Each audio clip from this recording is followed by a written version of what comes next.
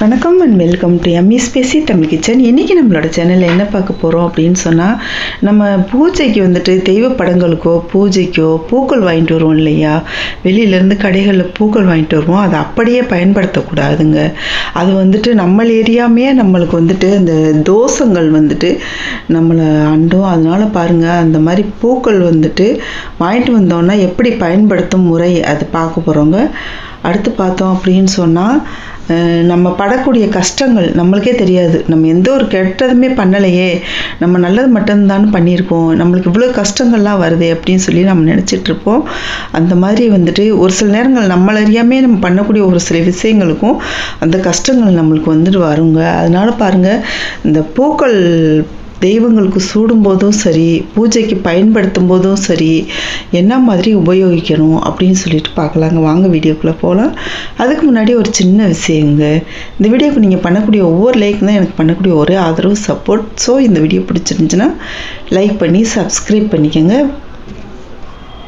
நாம் வீட்டில் செடிகள்லாம் வச்சுருப்போம் இல்லையா, பூச்செடிகள் வச்சுருப்போம். அதிலேருந்து பூக்கள் பறித்து நம்ம தெய்வங்களுக்கு சூடுவோம் இல்லையா. அப்போ வந்துட்டு இது ரொம்பலாம் பார்க்க தேவையில்லைங்க. நம்ம அந்த பூக்கள் பறிக்கக்கூடிய அந்த கூடைகளோ பைகளோ அது வந்து சுத்தமாக இருக்கா அப்படின்னு சொல்லி பார்த்துக்கணும்.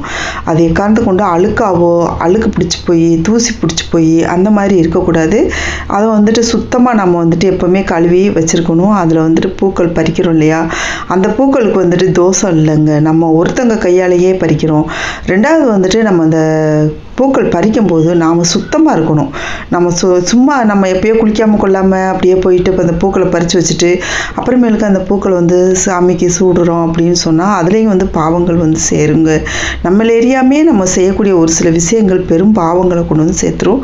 அதனால் பாருங்கள், பூக்கள் பறிக்கிறீங்களா, நீங்கள் நல்லா குளித்து சுத்தமாக இருக்கீங்களா, அப்போ வந்துட்டு நீங்கள் அந்த பூக்கள் பறிக்கக்கூடிய கூடையும் சுத்தமாக இருக்கா, அப்போ நீங்கள் அந்த பூக்கள் அப்படியே டைரெக்டாக நீங்கள் வந்து சாமிக்கு வந்து நீங்கள் சூடலாங்க.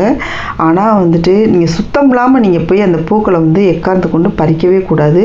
பொதுவாக பூக்கள் பறிக்கும் போதேவும் பெரியவங்க சொல்லி வச்சுருக்காங்க இல்லையா, நம்ம வந்து சுத்தமாக இருந்தால் தான் பூக்களை வந்துட்டு தொடணும், பூக்கள் செடிக்கிட்ட போகணும், பூக்களை பறிக்கணும் அப்படின்னு சொல்லியிருக்காங்க. இது வந்துட்டு தெய்வ காரியங்களுக்காக தாங்க இந்த மாதிரி சொல்லி வச்சுருக்காங்க. நாம் வந்து குளிக்காமல் கொள்ளாமல் எதையாவது தொட்டிருப்போம், நம்ம உடம்புல இருக்க அழுக்கும் இருக்குது.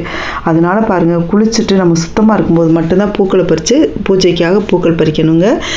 சரி, கடைகளிலேருந்து வாங்கிட்டு வந்துடுறோம் பூக்களை. சரி, நீங்கள் குளிக்காமல் பறித்து வச்சிட்டிங்க, அப்போ அந்த பூக்களை என்ன பண்ணுறது அப்படின்னு பார்த்தோம்னா, கழுவிடணுங்க. நல்லா கழுவிட்டு ஒரு ஈரம் போக அப்படியே ஒரு துணியில், ஒரு காட்டன் துணியில் வந்துட்டு அந்த பூக்களை வந்து ஈரம் போக எடுத்து வச்சுட்டு அதுக்கு பின்னாடி நீங்கள் பூஜைக்கு தாராளமாக பயன்படுத்தலாங்க.